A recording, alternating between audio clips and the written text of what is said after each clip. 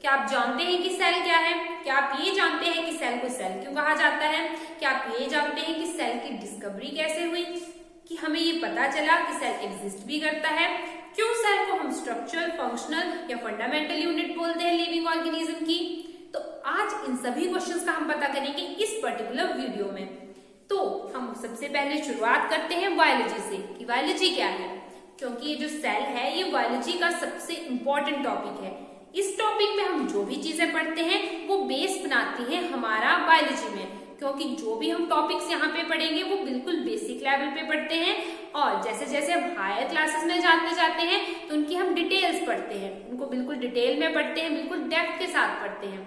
तो आज हम शुरुआत करते हैं कि बायोलॉजी क्या है। बायोलॉजी जो वर्ड है वो दो शब्दों से मिलकर बना है, बायोस एंड लोगोस। ये जो बायोस वर्ड है इसका मीनिंग है लिविंग एंड लाइफ, एंड ये जो लोगोस वर्ड है इसका मीनिंग है स्टडी। ठीक है, तो बायोलॉजी का क्या मीनिंग हुआ? एक ऐसी ब्रांच है साइंस की जिसमें हम पढ़ते हैं लिविंग ऑर्गेनिजम्स को। क्या है biology? It is the branch of science in which we study the living organisms. ठीक है, और हम ये भी पढ़ते हैं कि कौन कौन सी प्रोसेसेस उन ऑर्गेनिजम्स में होती है। ठीक है, तो हमने यहाँ से जान लिया कि बायोलॉजी क्या है। बायोलॉजी में हम पढ़ते हैं कि लिविंग ऑर्गेनिजम्स के बारे में सारी स्टडी करते हैं, उनमें डिफरेंट टाइप की वाइटल प्रोसेसेस होती हैं, उनके बारे में पढ़ते हैं। तो अब हम चलते हैं सेल पे।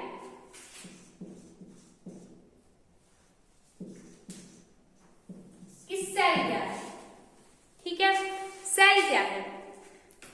एग्जाम्पल लेते हैं, एक हाउस है। एक हाउस कैसे बनता है? जो स्मॉलेस्ट यूनिट यूज होती है एक हाउस को बनाने के लिए वो होती है ब्रिक्स। ब्रिक्स मींस ईंटें। ईंटें हम लेते हैं, उनको अरेंज करते जाते हैं, एक के ऊपर ईंटों को हम अरेंज करते जाते हैं जिससे दीवारें बनती हैं।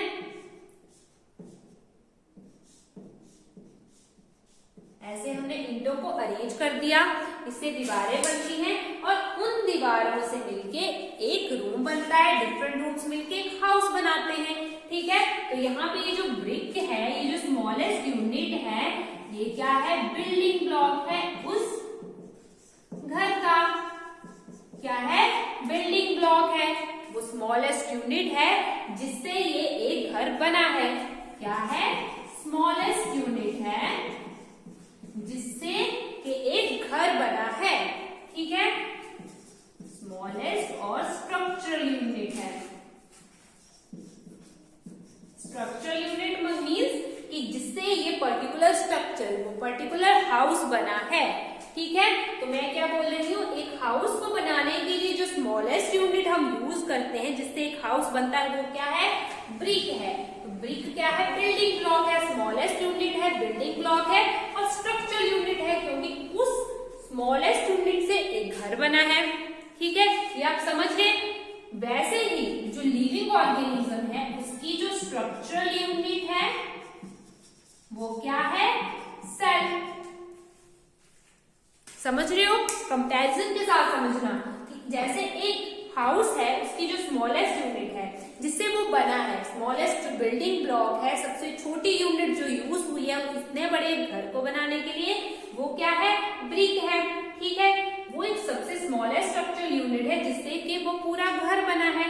वैसे ही सेल के केस में स्ट्रक्चरल यूनिट क्या है? सॉरी, ऑर्गेनिज्म, जो लिविंग ऑर्गेनिज्म है उसके केस में स्ट्रक्चरल यूनिट क्या है? सेल। एक लिविंग ऑर्गेनिज्म है, लाइक मैं आपके सामने खड़ी हूं तो मैं किससे बनी हूं? सेल से बनी हूं। जो स्मॉलेस्ट यूनिट मेरे को बनाने के लिए या किसी भी मल्टी सेलुलर ऑर्गेनिज्म को बनाने के लिए यूज हुई है वो क्या है? सेल। सेल को डिफरेंट टाइप के सेल्स या सेम टाइप के सेल मिलके एक लिविंग ऑर्गेनिज्म बना रहे हैं। ठीक है, तो हम यहाँ से क्या बोल रहे हैं कि सेल जो है वो स्ट्रक्चरल यूनिट है एक लिविंग ऑर्गेनिज्म का, या वो बिल्डिंग ब्लॉक है एक लिविंग ऑर्गेनिज्म का, जिस स्मॉलेस्ट यूनिट से एक लिविंग ऑर्गेनिज्म बना है। ठीक है, तो यहां से तो हम समझ गए, हमने कंपेयर किया किसको? हाउस को कंपेयर किया एक लिविंग ऑर्गेनिज्म से। तो हम यहां से समझ रहे हैं कि जैसे ईंटें जो है वो एक हाउस को बनाने के लिए बिल्डिंग ब्लॉक्स और स्ट्रक्चरल यूनिट है, सबसे स्मॉलेस्ट यूनिट यूज हुई है, वैसे ही जो सेल है वो एक पर्टिकुलर एक मल्टी सेलुलर लिविंग ऑर्गेनिज्म को बनाने के लिए स्मॉलेस्ट यूनिट होती है। वो बहुत सारी सेल्स मिलके एक लिविंग ऑर्गेनिज्म बनाती हैं। ओके, तो यहाँ से हम ये तो समझ गए कि सेल को स्ट्रक्चरल यूनिट क्यों कहते हैं। अब हम पढ़ेंगे कि सेल को कैसे पता चला कि सेल एग्जिस्ट भी करता है, क्यों हम सेल को सेल को सेल क्यों कहते हैं हम। ठीक है, तो ये पढ़ने के लिए हम चलते हैं 1590 पे चलते हैं। ठीक है, कैसे पता चला कि सेल एग्जिस्ट भी करता है। तो 1590 नहीं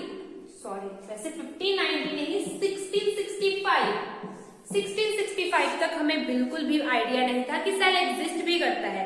हमें बिल्कुल भी पता नहीं था कि एक लिविंग ऑर्गेनिज्म है वो एक सेल से बना होता है। जो स्मॉलेस्ट यूनिट है उस लिविंग ऑर्गेनिज्म को बनाने वाली वो क्या है, सेल।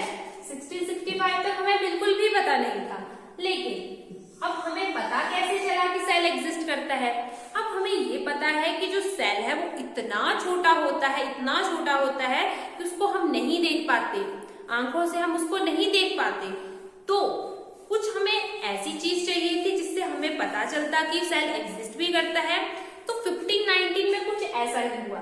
ठीक है, 1590 से पहले ऐसा था कि जो 1590 से पहले के लोग थे उनको तब तक हमें ये पता चल चुका था उन लोगों को कि मैग्नीफाइंग लेंस क्या होता है। ठीक है, क्या होता है मैग्नीफाइंग लेंस, जिससे छोटी सी चीज है वो थोड़ी सी हमें बड़ी दिखाई देती है। ठीक है, वो होता है मैग्नीफाइंग लेंस, मैग्नीफाई करता है चीज को, बड़ा करता है किसी चीज को। तो 1590 तक हमें ये पता था, हमें पता नहीं था, उस टाइम के जो लोग थे उनको पता था कि मैग्नीफाइंग लेंस जो होता है वो एग्जिस्ट करता है। तो 1590 तक दो साइंटिस्ट हुआ करते थे 1590 में। वो साइंटिस्ट नहीं थे एक्चुअली, वो क्या थे, स्पेक्स बनाने वाले थे। उनका नाम था ज़ेकेराइस जेनसन और उनके फादर थे हैंस जेनसन। स्पेक्स की शौक थी उनकी। ठीक है, उनको पता था कि जब हम मैग्नीफाइंग लेंस से किसी छोटी चीज को देखते हैं तो उसका थोड़ा सा साइज इंक्रीज हो जाता है। तो उन्होंने क्या किया, एक एक्सपेरिमेंट किया। उन्होंने क्या किया, एक स्ट्रेट ट्यूब ली, उन्होंने एक स्ट्रेट ट्यूब, बहुत सारे मैग्नीफाइंग लेंसेस को लिया और यहाँ पे अरेंज कर दिया स्ट्रेट ट्यूब में।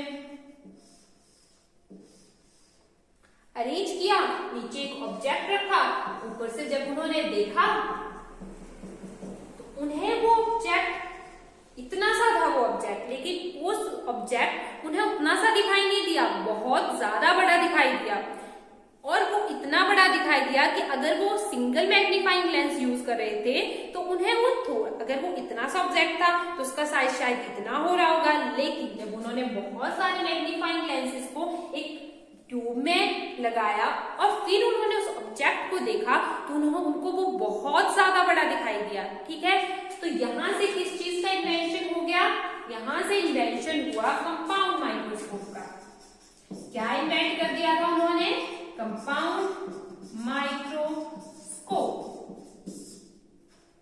तो माइक्रोस्कोप एक ऐसी चीज होती है जिसकी बहुत ज्यादा हाई मैग्नीफाइंग पावर होती है, जो छोटी सी चीज को बड़ा करके दिखाती है हमें। ठीक है, तो क्योंकि हम सेल को नेक्ड आई से नहीं देख सकते तो हमें एक ऐसी ही चीज की जरूरत थी जिसकी मैग्नीफाइंग पावर ज्यादा हो, जो छोटी सी चीज को हमें बड़ा करके दिखा दे। ठीक है, तो यहाँ पे ज़ेकेराइस जेनसन और हैंस जेनसन थे, उन्होंने इन्वेंट कर दिया था कंपाउंड माइक्रोस्कोप, जिसमें एबिलिटी थी कि वो छोटी चीजों को बड़ा करके देख सकता था। अब ज़ेकेराइस जेनसन ने तो ये कर दिया और हैंस जेनसन ने मिलके, उसके बाद साइंटिस्ट आए गैलीलियो गैलीली।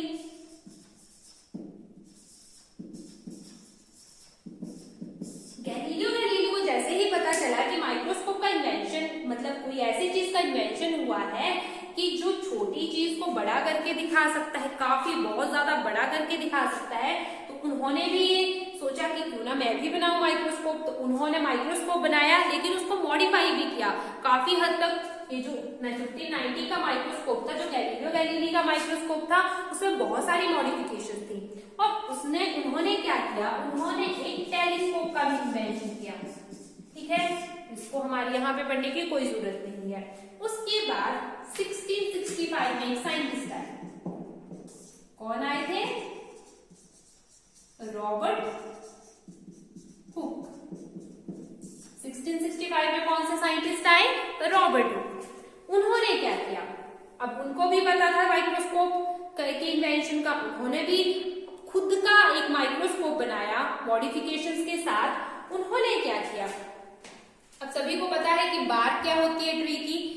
ट्री होता है ना, उसके जो बिल्कुल बाहर का सरफेस होता है, जो रफ सा सरफेस होता है ट्री का, उसको हम उसकी बार्क बोलते हैं। उस बार्क का जो बिल्कुल बाहर का पोर्शन होता है, उसको हम उसकी कॉर्क बोलते हैं। तो उसने क्या किया, रॉबर्ट हुक ने कॉर्क की एक स्लाइस ली, कट किया उसको किसी भी चीज से, उसकी थोड़ी सी स्लाइस ले ली।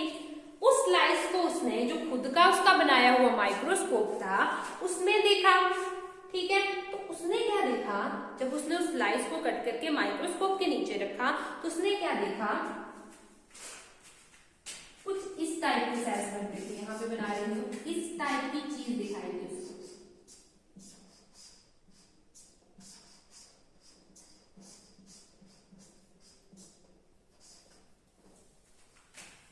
कैसे स्ट्रक्चर दिखाई दिए, कुछ इस टाइप के स्ट्रक्चर्स उसको दिखाई दिए।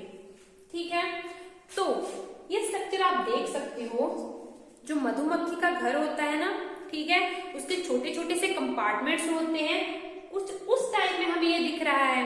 ठीक है, हनी कॉम्ब होता है ना, उसकी तरह दिख रहा है। उसने भी यही कहा था कि हनी कॉम्ब की तरह वो दिखता है। ठीक है, उसने क्या किया, इनको क्या नाम दिया, उसने इनको नाम दिया सेल। क्या नाम दिया उसने इसको? सेल। तो सेल वर्ड कहां से आया, किसने दिया था सेल नाम? रॉबर्ट हुक ने। अब क्यों दिया इसने उसको सेल नाम?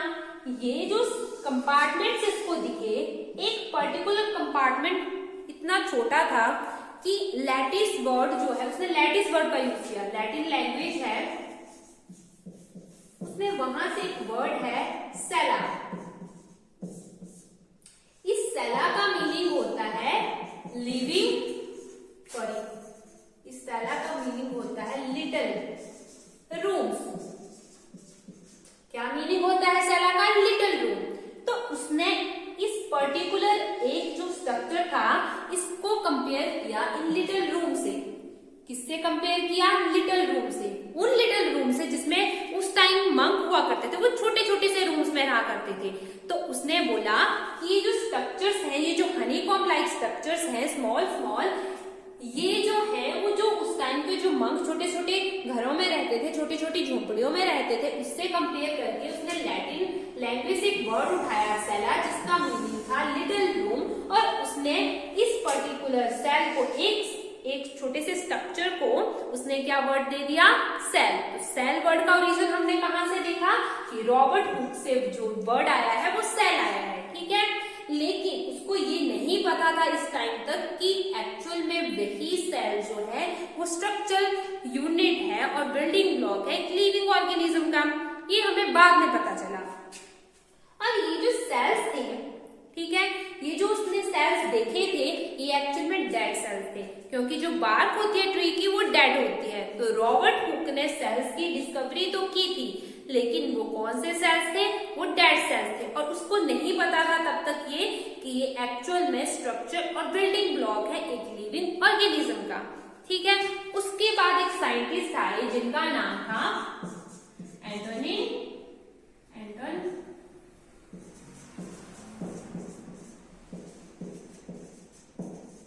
वैन लीeuwenhoek। ठीक है, ये जो साइंटिस्ट थे इनको हम क्या बोलते हैं? Father of microscopy. क्यों बोलते हैं फादर ऑफ माइक्रोस्कोपी? क्योंकि इन्होंने माइक्रोस्कोप को और बहुत ज्यादा मॉडिफाई किया और उस मॉडिफाइड माइक्रोस्कोप की हेल्प से उन्होंने ऐसी चीजें देखी जो हम इस कंपाउंड माइक्रोस्कोप की वजह से नहीं देख पाते थे। ठीक है, बहुत सारी ऐसी चीजों को देखा गया जो बिल्कुल पॉसिबल नहीं थी नेक्ड आई से देखना, और बायोलॉजी वर्ड जो है उसमें बहुत ज्यादा इवोल्यूशन हुई, बहुत सारी चीजों का हमें पता चला। ठीक है, तो इन्होंने जो किया था, इन्होंने क्या डिस्कवरी की थी? फर्स्ट लिविंग सेल की डिस्कवरी का श्रेय किसको जाता है? एंटोन वेन लीeuwenhoek को। ठीक है, उन्होंने बैक्टीरियल सेल की डिस्कवरी का श्रेय उनको जाता है। उन्होंने बैक्टीरियल सेल की डिस्कवरी उन्होंने की थी। फर्स्ट यूनिसेलुलर सेल को उन्होंने डिस्कवर किया था इन द पॉन्ड वाटर। ठीक है, ईस्ट सेल की डिस्कवरी इन्होंने की थी। ठीक है, तो यहां से हमें ये भी पता चल गया कि सेल को सेल क्यों कहते हैं। ये भी हमें पता चल गया कि सेल की डिस्कवरी कैसे हुई। रॉबर्ट हुक ने जो सेल डिस्कवर करी थी वो डेड सेल थी। ठीक है, और ये जो एंटोन वेन लीeuwenhoek थी ना, जो सेल डिस्कवर करी थी वो लिविंग सेल थी। ठीक है, तो डिस्कवरी का पता चल गया। सेल को क्यों स्ट्रक्चरल यूनिट बोलते हैं ये हमें पता चल गया। क्यों हम सेल को सेल कहते हैं ये भी हमें पता चल गया। क्या आप अभी जानना चाहते हैं कि सेल कैसे दिखता है? ये तो हमने जान लिया कि रॉबर्ट हुक ने कहा था कि सेल जो है एक हनीकॉम्ब की तरह स्ट्रक्चर दिखता है। ठीक है, लेकिन क्या आप उसको अपने आप देखना चाहते हैं, अपनी आई से देखना चाहते हैं? तो हम आज एक एक्सपेरिमेंट परफॉर्म करेंगे जिसमें आप देख पाओगे कि सेल कैसे दिखता है। सो इस एक्सपेरिमेंट के लिए आपको क्या क्या चाहिए? एक आपको चाहिए फोर्सेप्ट, ठीक है, सीजर चाहिए, ड्रॉपर चाहिए, एक ब्रश चाहिए, और इसको कहते हैं ग्लास स्लाइड, ये चाहिए, कबर स्लिप चाहिए, थिन सी ग्लास की स्लिप होती है, कबर स्लिप होती है ये। ठीक है, वाटर की 1-2 ड्रॉप्स चाहिए, और सैफ्रोनिन डाई चाहिए। ठीक है, तो हम क्या करेंगे, जैसे ये रिंग है, ठीक है, अनियन का रिंग है ये, तो इसके अनियन का बल्ब है ये, इसकी रिंग निकालेंगे हम। ठीक है, ये निकाल ली हमने रिंग। कंसेंट्रिक रिंग्स प्रेजेंट होते हैं ना इसमें, तो एक रिंग हमने निकाल ली। हम क्या करेंगे, इसको ऐसे तोड़ेंगे। ठीक है, तो ये जो अंदर का भी पूरा ट्रांसपेरेंट आपको वाइट सी चीज दिख रही है ना, ये एपिडर्मिस होती है। देखना अभी थिन सी लेयर निकलेगी। जैसे मैं इसको खींचूंगी एक साइड को ना, तो एक थिन सी लेयर निकलेगी। मैं फोकस करके दिखाती हूँ।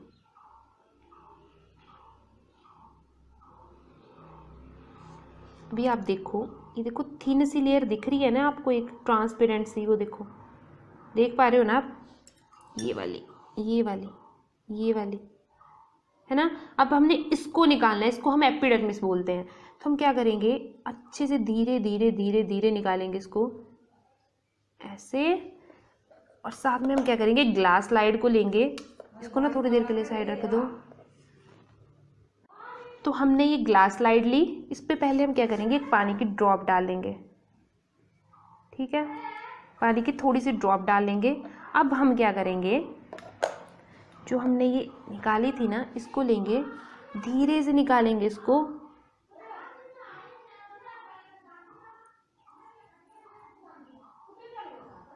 ठीक है, अब हम इसको इस स्लाइड पे रखेंगे। ऐसी दिखती है, देख लो, एपिडर्मिस बिल्कुल ट्रांसपेरेंट सी है। ठीक है, इसको हम यहाँ पे रखेंगे। अब इसको रखने के लिए हमें क्या करना पड़ेगा,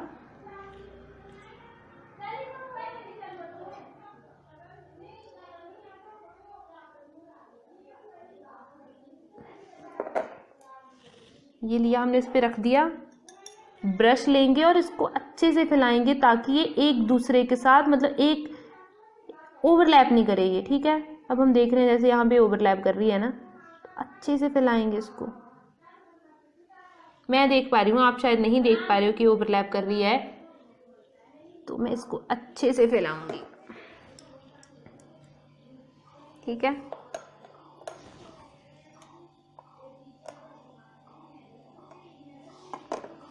अब मैंने इसको अच्छे से फैला दिया है, देखो। अब मैं क्या करूंगी, सैफ्रोनिन लूंगी। एक्चुअली सैफ्रोनिन क्या है, एक पिंक कलर की डाई होती है, जो, अब जैसे ये ट्रांसपेरेंट है, तो माइक्रोस्कोप के नीचे जब हम इसको देखेंगे तो हम नहीं देख पाएंगे इसको ढंग से, ट्रांसपेरेंट दिखेगा, सब कुछ डिफ्रेंशिएट नहीं कर पाएंगे। तो हम क्या करते हैं, एक डाई यूज करते हैं लिविंग टिश्यूज के लिए, जिसको हम सैफ्रोनिन बोलते हैं। ठीक है, उस सैफरन को लेंगे और उसकी एक ड्रॉप डालेंगे। ये मैंने ली सैफरन, इसकी मैंने ड्रॉप डाल दी इस पे, ठीक है। अच्छे से फैला दूंगी मैं इसको ताकि ऑब्जर्व कर ले इसको।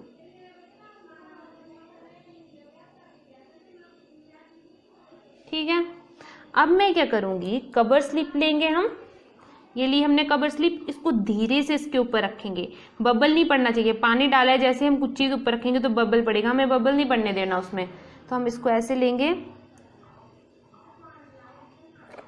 हम ले रहे हैं फोर्सेप, इसको धीरे से रखेंगे, धीरे धीरे एक साइड को रखेंगे, फिर धीरे धीरे धीरे धीरे धीरे धीरे रखेंगे। हमें लगे बबल पड़ रहा है, थोड़ा सा उठाओ, फिर से रखो, आराम से आराम से आराम से, इसको फिर प्रेस कर दो अच्छे से, एक्सेस जो ये स्टेन होगी ये निकल जाएगी। ठीक है, तो ऐसे हमने क्या बना दी, टेम्पररी हमने स्लाइड बना दी। ठीक है, अब इस स्लाइड को जैसे ही हम माइक्रोस्कोप के नीचे स्टडी करेंगे तो हमें क्या देखने को मिलेगा, सेल्स मिलेंगे हमें देखने को, वैसे ही सेल्स देखने को मिलेंगे जैसे कि रॉबर्ट हुक ने देखे थे। ठीक है, लेकिन उसने डेड सेल्स देखे थे, एंटोन वेन ने कौन से देखे थे, लिविंग सेल्स। तो हमें वैसे ही सेल्स देखने को मिलेंगे, हनीकॉम्ब जैसा स्ट्रक्चर होगा। ठीक है, आप ये सेम एक्सपेरिमेंट किसके साथ भी कर सकते हो, इस सकुलेंट प्लांट के साथ भी। इसमें भी अगर आप इसको ऐसे खींचोगे ना तो आप देख रहे हो, देखो ये देखो, देखो ट्रांसपेरेंट सी ये निकल रही है, इसकी लेयर निकली ना ट्रांसपेरेंट, ये एपिडर्मिस है इसका। इस एपिडर्मिस के साथ को भी आप, इस एपिडर्मिस को भी आप ग्लास स्लाइड पे रख सकते हो, उसको स्टेन कर सकते हो और माइक्रोस्कोप के नीचे स्टडी कर सकते हो। जब आप इन सभी चीज़ों को माइक्रोस्कोप के नीचे स्टडी करोगे तो आप कुछ इस टाइप का स्ट्रक्चर मिलेगा आपको देखने का। तो क्या आपको ये पता है कि जो सेल्स हैं वो सेम टाइप के नहीं, डिफरेंट डिफरेंट टाइप्स के भी होते हैं। एक्चुअल में ऑर्गेनिज्म दो टाइप के होते हैं, एक होते हैं यूनिसेलुलर ऑर्गेनिज्म और एक होते हैं मल्टीसेलुलर ऑर्गेनिज्म। यूनी का मीनिंग है सिंगल और मल्टी का मीनिंग है मैनी। ठीक है, यूनिसेलुलर ऑर्गेनिज्म्स वो ऑर्गेनिज्म्स होते हैं जो सिंगल सेल से बने होते हैं और मल्टीसेलुलर ऑर्गेनिज्म्स वो ऑर्गेनिज्म्स होते हैं जो मल्टीपल सेल से बने होते हैं। ठीक है, तो यूनिसेलुलर ऑर्गेनिज्म्स के लिए तो सिंगल सेल होती है, लेकिन मल्टीसेलुलर ऑर्गेनिज्म्स में बहुत टाइप की सेल्स होती हैं। या मल्टीसेलुलर ऑर्गेनिज्म एक सिंगल टाइप की सेल से भी बना होता है, या फिर मल्टीसेलुलर ऑर्गेनिज्म अलग अलग सेल से मिलके भी बना होता है। तो मैंने क्या बोला कि जो सेल्स होते हैं वो ऐसा नहीं है कि सेम ही टाइप के सेल्स एग्जिस्ट करते हैं, डिफरेंट डिफरेंट टाइप के सेल्स भी एग्जिस्ट करते हैं। जैसे मल्टीसेलुलर ऑर्गेनिजम्स का एग्जांपल है ह्यूमन। हम एग्जांपल है ना मल्टीसेलुलर ऑर्गेनिजम्स का, हमें मिलियंस और ट्रिलियंस सेल्स एग्जिस्ट करते हैं और ऐसा नहीं है कि सेम टाइप के सेल एग्जिस्ट करते हैं, हमें डिफरेंट टाइप के सेल्स जो है वो एग्जिस्ट करते हैं और डिफरेंट डिफरेंट पार्ट्स में एग्जिस्ट करते हैं। जैसे कि ह्यूमंस का ब्रेन है, उसमें नर्व सेल्स होते हैं। यहाँ पे आपको सिर्फ याद रखना है, ठीक है, क्या होते हैं नर्व सेल्स। हायर क्लासेस में और आगे जैसे आप बढ़ते जाओगे सेल्स में, आप समझते जाओगे कि नर्व सेल क्या होता है। यहाँ पे सिर्फ याद रखना कि ब्रेन में कौन से सेल्स होते हैं, नर्व सेल्स। ठीक है, ब्लड है हमारा, उसमें कौन से सेल्स होते हैं, आरबीसीज जिनको बोलते हैं रेड ब्लड सेल्स। एक सेल्स होते हैं स्केलेटल सेल्स।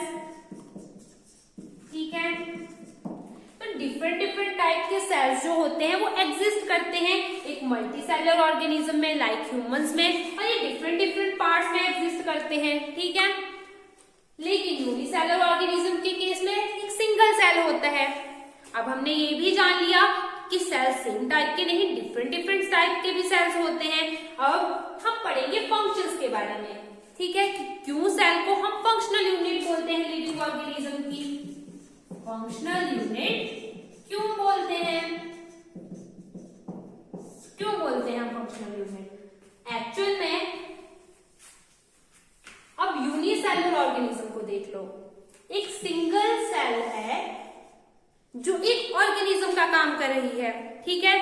तो जो कोई भी वो फंक्शन परफॉर्म कर रहा है, ठीक है, वो सांस ले रहा है, रेस्पिरेशन हो रही है उसमें, एक्सक्रीशन उसमें हो रही है, या वो खाना खा रहा है और उसके बाद डाइजेशन हो रही है, डाइजेशन के बाद जो भी उसको एक्सपेल करना है, जो भी उसका एक्सक्रीटा है उसको एक्सपेल करना है, रेस्पिरेशन वो रेस्पायर कर रहा है, चल रहा है, ठीक है। वो सभी जो फंक्शंस है वो एक सिंगल सेल परफॉर्म कर रही है, ठीक है।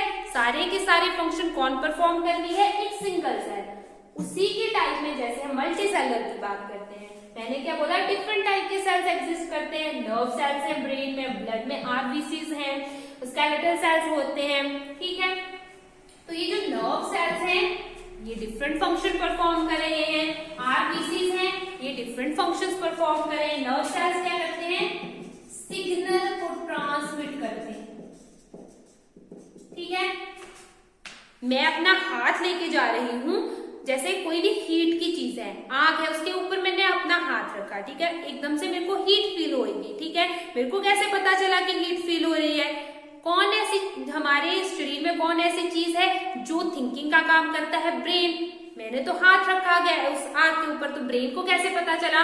क्योंकि नर्व सेल्स होती हैं जो सिग्नल ट्रांसमिट करती हैं ब्रेन तक, और ब्रेन को पता चल जाता है कि मैंने हाथ आग के ऊपर रखा है और मेरा हाथ जल जाएगा। एकदम से जो ब्रेन है वो सिग्नल भेजता है कि अपने हाथ को हटाओ, ठीक है, एकदम से हाथ हट जाता है, ठीक है। तो नर्व सेल का काम है सिग्नल ट्रांसमिट करना, सिग्नल की ट्रांसडक्शन करना। और ब्लड में आरबीसीज हैं, इनका क्या काम है? ऑक्सीजन और CO2 की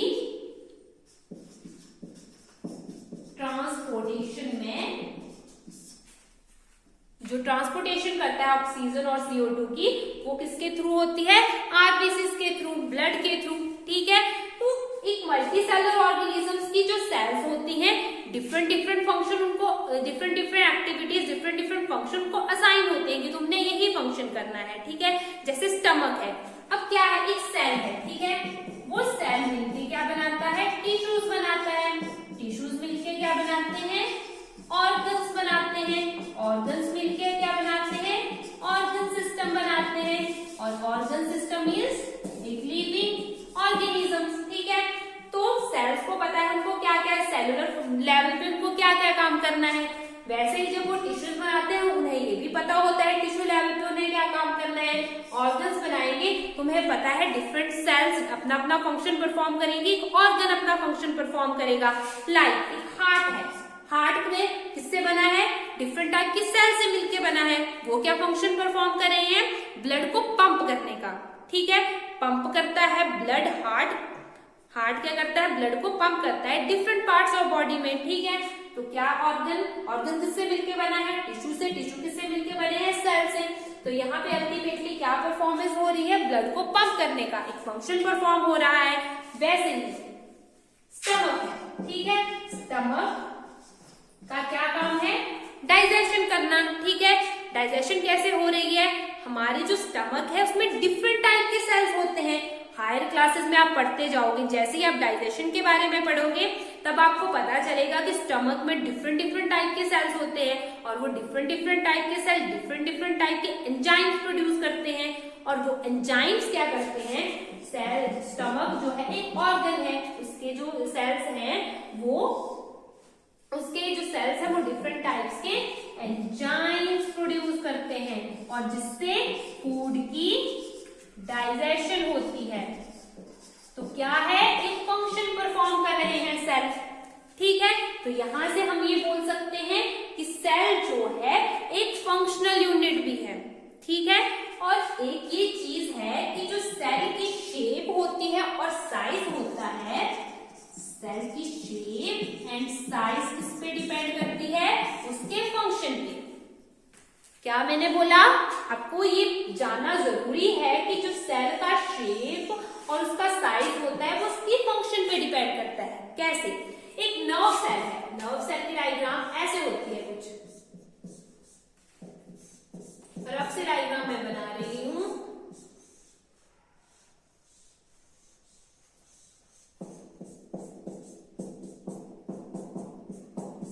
ठीक है, नर्व सेल की डायग्राम ऐसे होती है, ठीक है, ऐसे दिखता है मैंने क्या बोला, शेप और साइज जो है वो फंक्शन पे डिपेंड करता है। इसका ऐसा क्यों है, ऐसी शेप क्यों है, ऐसा साइज क्यों है इसका, क्योंकि इसका क्या फंक्शन है, सिग्नल को ट्रांसडक्शन करना, सिग्नल की यहां से यहां को सिग्नल को पास करना है। तो आप ये देख पा रहे हो कि इसका जो स्ट्रक्चर है वो केबल होती है ना, उसकी तारें होती है ना, उसकी तरह है कि एक एंड से दूसरे एंड में सिग्नल ट्रांसडक्शन होती है। यहाँ पे नेक्स्ट वाली नर्व सेल होगी, बस ऐसे ही सिग्नल आगे से आगे ट्रांसडक्ट होता रहता है, ठीक है। तो यहाँ पे हम ये भी बोल रहे हैं कि जो शेप और साइज है एक सेल का वो उसके फंक्शन पे डिपेंड करता है। यहाँ से हम ये पता कर लिया हमने कि सेल जो है उसको स्ट्रक्चरल यूनिट क्यों बोलते हैं, फंक्शनल यूनिट क्यों बोलते हैं, सेल की डिस्कवरी के बारे में हम पढ़ चुके हैं। अब आज के इस टॉपिक को हम यहीं पे छोड़ते हैं। नेक्स्ट टॉपिक में हम पढ़ेंगे कि सेल किससे बनी होती है, ठीक है। डिफरेंट टाइप के कंस्टिट्यूएंट्स को पढ़ेंगे, डिफरेंट टाइप के पार्ट्स को पढ़ेंगे हम सेल के। अभी के लिए इस वीडियो में इतना ही, फिर मिलते हैं नेक्स्ट वीडियो में। तब तक जो भी पढ़ाया उसको रिवाइज करना और बिल्कुल बेसिक उसमें पढ़ना, बेस क्लियर करना, कंसेप्ट क्लियर करना। Thank you.